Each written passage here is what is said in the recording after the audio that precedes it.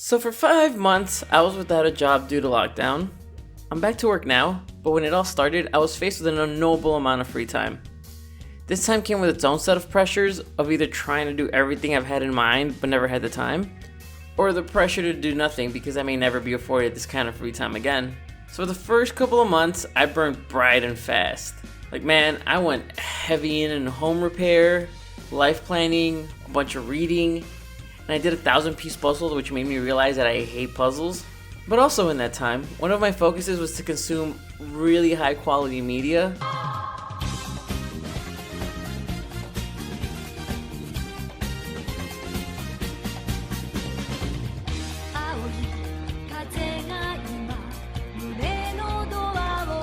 From movies that I hadn't watched or meant to revisit, to entire series that would require far too much time in regular life to rewatch or analyze. But like with all good things, oversaturation can be a dangerous and exhausting thing. With so many rich and introspective narratives being pumped through my eye holes, I found myself worn out from exploring every detail of what makes brilliant shows and movies what they are. So I did the other thing I like to do. I put on a bad movie. One of those bad movies that you can feel kills your brain, like one of those old Truth commercials, but it's still a really fun time. Like one of those old Truth commercials. And I also drank a bunch of tequila. In that spirit, I want to create a series exploring bad movies that are still enjoyable despite themselves. I want this to be clearly separate from me discussing a movie people think is bad and is actually good and unappreciated. For those, it will be a clear defensive position, but for these, there's no denial. Sensational. And look, there's nothing wrong with enjoying a bad movie. If anything, I think people that are desperate to prove their intellect and the validity of film as art make the mistake of only praising high art films, thus isolating themselves from society and how as a collective a film might be received, cutting off entire genres which have their own strengths and weaknesses, and just come off as overly pretentious. Also, they're missing out on a damn good time. On the other hand, it's also not good to claim that a movie is good just because you enjoy it and ignore its very clear flaws. That leads to undermining any recommendation one might give of future films, and also just shows you got bad taste. But to watch a movie and enjoy it while recognizing what a hot mess it is, now that's a good time. So what better way to start the Guilty Pleasure series than with one of my favorite messy bitches, The Crow, City of Angels. Now, way in the back when, before all the cool edgy kids were dressing up as Joker, or even before they were dressing up as Joker. Wanna know how I got these scars? Well, I'm the Joker, baby!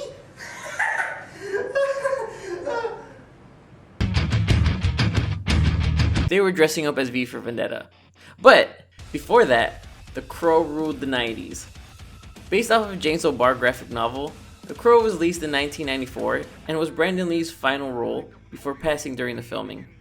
Lee's passing, along with the OG Sad Boy Gang soundtrack including The Cure, brought people into the theater and grossed double its $23 million budget. So of course, you gotta make a sequel. The Crow, City of Angels, and you can't tell me that title alone doesn't get your goth kid going already, was released in 1996. Starring Vincent Perez as Ash Corvin, the new incarnation of the Crow, and Mia Kirshner as an older Sarah from the last film. It told a new revenge tale of a man and his son murdered by a gang. When a strong sensation of love is connected to a tragic death, a magical crow would bring the victim back to life to exact revenge on the culprits. Yeah, you really can't get more 90s than revenge porn. At the director's helm was Tim Pope, immediately a questionable choice, since he made most of his fame directing music videos for The Cure. I wonder who got who the job. But to put him in charge of a highly anticipated sequel was really an act of faith. Faith that would be undercut, but we'll get to that a bit later. Funny enough, one of the most enjoyable things about The Crow City of Angels is its visual presentation. Using a dirty, empty, pseudo-post-apocalyptic Los Angeles setting that looks like it was a large model stored in the shadiest warehouse, and paired with constant smog of purples and the sulfur yellow, The Crow City of Angels would really pave the way for teenage MySpace profiles that blasted exclusively corn songs. It has such a clear visual identity that is so consistent with the world it's in, that you accept that for some reason there are no pedestrians, cars, or even sun. In LA. The movie knew that angst was the flavor of the decade and pumped a feature-length film worth straight to your veins for that sweet Hot Topic cash-in. And to that same end, it also became clear that it's desperate to be talked about for pushing the envelope with its visuals.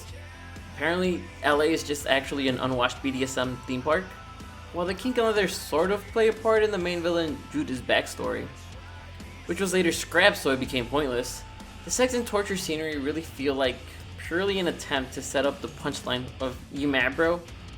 But hey, it got them a corner at the Spencer store, right next to the Hot Topic.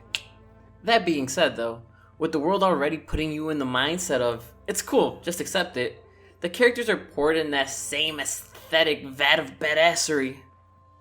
Of course, like in the first, the Crow has to be a head-to-toe leathery specter of 100% pure edge with mouth pulp. But that doesn't mean we can't crank that up too. With this man's dead body for some reason launching out of his watery grave, only to still have to crawl out on the docks. And since they couldn't decide which was cooler, a motorcycle motif,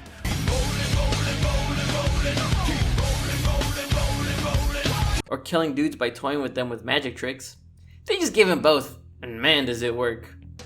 Don't question how his coat or Batman's cape don't get caught up in the tires. And speaking of quality character designs, Sarah's ripped straight out of the Living Dead doll box. She seems to only own corsets and boots that accentuate her ghost-like paleness, while speaking in whispers and short sentences. The camera really focuses on her eyes, which wouldn't be a bad thing if she looked remotely similar to her younger counterpart in the first movie. But look man, Sarah walked so big titty goth girlfriends of the modern era could run, and I for one thank her for her service. I'm pretty sure the only person that just showed up in their home clothes for filming was Iggy Pop. Yeah, that's right. Had I not told you, Iggy Pop is in this movie. Iggy Pop as Curve is honestly the second biggest drawer for me, outside of aesthetic. As the Crow makes his way through murdering the gang, he constantly taunts Curve.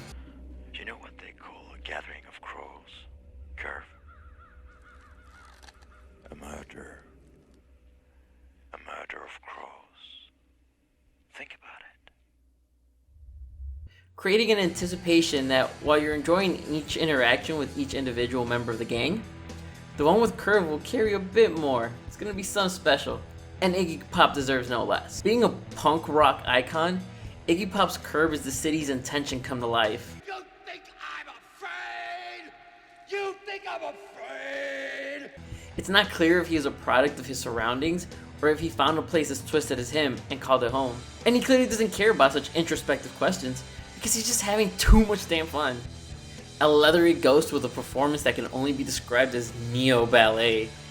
Iggy Pop has a role-stealing performance that keeps you coming back just to watch him spread his wings after doing a line of Black Coke.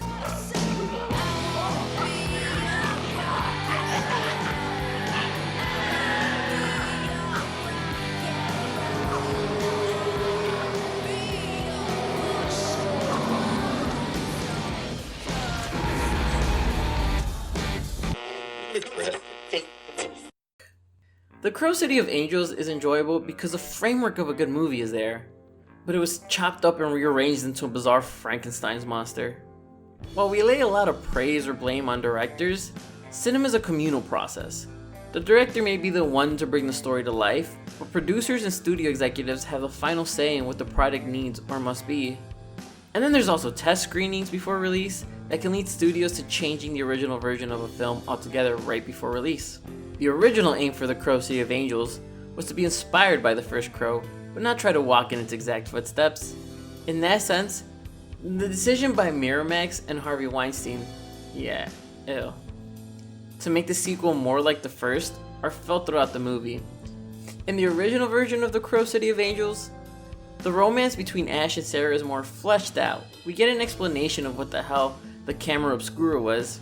The relationship between Sybil and Judah and her motives is given a clear explanation, and we get a reason why Judas knows what he must do to beat the Crow. The biggest loss though was the fleshing out of Judah and his motives. In the theatrical release, all we ever really learn of Judah is that he's a drug lord with a taste for occult and kink. Instead of it just being for edge, in the original cut there was an explanation for this, expanding on a line delivered during the final confrontation. Go to hell. Already been there, and I must confess, I I like what I saw. We learn Judah had a near-death experience as a child. In the moments before he was resuscitated, he died and found himself in hell. Having liked what he saw, he became obsessed with pain and the occult. The experience also led him to wanting to beat death and, quoting Dante's Inferno, surmises that to beat death, you gotta replace it. And this is why he seeks to steal the power of the crow, not just to spite Ash. This deeper dive into the magic of the world of the crow also informs us that the crows in the city are the ones that brought the spirits that came before Ash. And when they go through him to kill Judah, he sees the faces of each of them, including Eric from the first film. With Tim Pope making his dislike of the theatrical version and clearly stating that there will never be a director's cut, we can't experience the original version. I'm not saying it wouldn't have been as forgettable as any other 90s revenge porn flick that was good enough, but it could have at least not been the bad movie it became. Luckily, someone online took the time to reorganize the edit to the original idea, with stills inserted to flesh out the original intent, and they are the real heroes. The Crow City of Angels is a bad movie, plain and simple.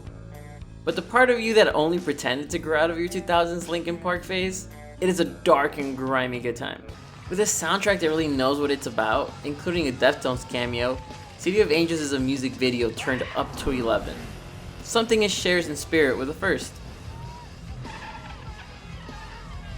Wait a goddamn minute. I almost forgot the real reason I made this video. I mean, the second reason, besides this, being a fun movie. And that's that the band Hole made a cover of Gold Dust Woman that is, I am willing to argue, even better than the original, and it just goes hard. And if you don't even watch the movie, at least listen to the song, because it's so good. The only issue is that there's no official release outside of the actual soundtrack, so try YouTube, try SoundCloud. It's worth the search. And with that, I leave you.